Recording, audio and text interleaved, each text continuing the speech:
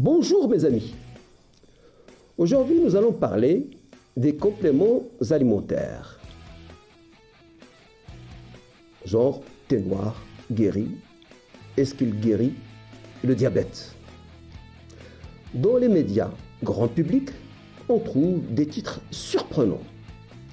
En effet, on parle dans l'un ou l'autre article du journal, je cite, « Le thé noir guérit-il le diabète ?»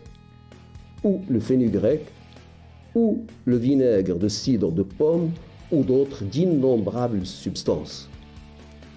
Nous autres médecins, nous recevons plusieurs questions de ce genre durant nos consultations.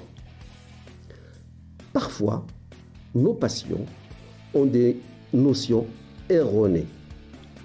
Les gens pensent que du moment que les substances proviennent de sources naturelles, elles doivent être donc plus efficaces et bien sûr moins nocifs.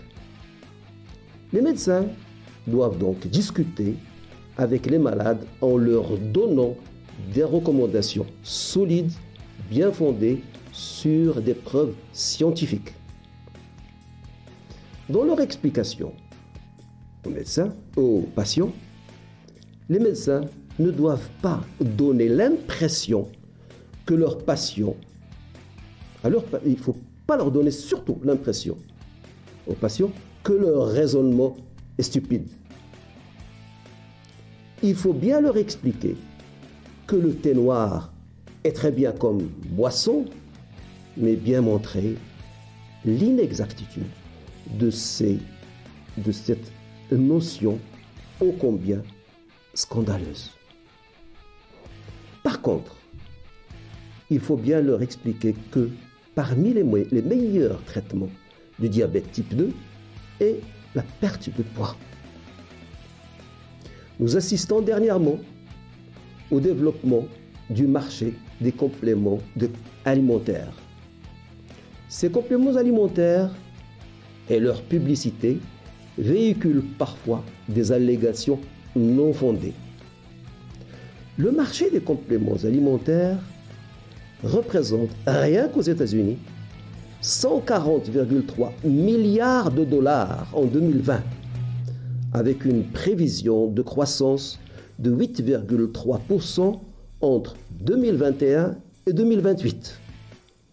La vente des compléments alimentaires se fait dans des conditions beaucoup moins strictes que celles des médicaments. Les médicaments doivent recevoir l'approbation de la FDA, Food and Drug Administration, alors que ces compléments peuvent être vendus en vente libre sans les mêmes exigences de sécurité et d'efficacité qu'un médicament. L'industrie des compléments assure beaucoup d'argent, donc elle brasse beaucoup d'argent sans passer par des années et des années d'essais qu'un produit pharmaceutique doit passer pour aider à sauver des vies. Sans oublier que, par exemple, les compléments pour la perte de poids peuvent être dangereux. Les patients doivent être prudents et surtout ne pas trop croire les publicités mensongères sur les compléments alimentaires. Ces compléments alimentaires peuvent être donc dangereux. Voilà ce que j'avais à vous dire ce soir.